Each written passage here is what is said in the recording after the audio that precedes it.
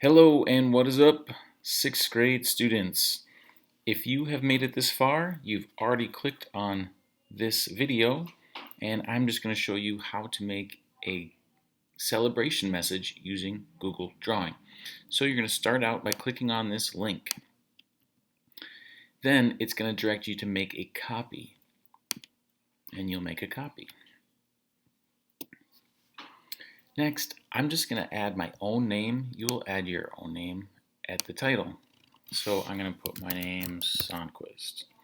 Then I'm just going to start adding pictures, words. I think I'm going to do a quote today, but you can do anything. It could be a shout out. That's it. So to add a picture, I'm going to go to Insert, Image, and Upload from Computer, because I actually already made some screenshots. So these screenshots are on my desktop, and they're these ones right here. Open those up.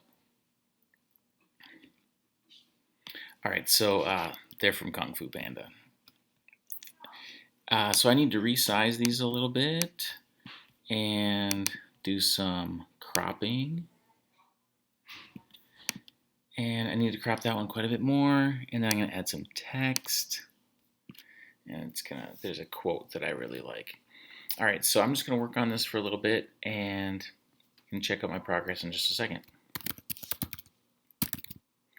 Boom, just like that, it's done. So I put my quote, this is one of my favorite quotes from Kung Fu Panda, and it's true. Yesterday's history, tomorrow's a mystery, and today's a gift. That's why we call it the present.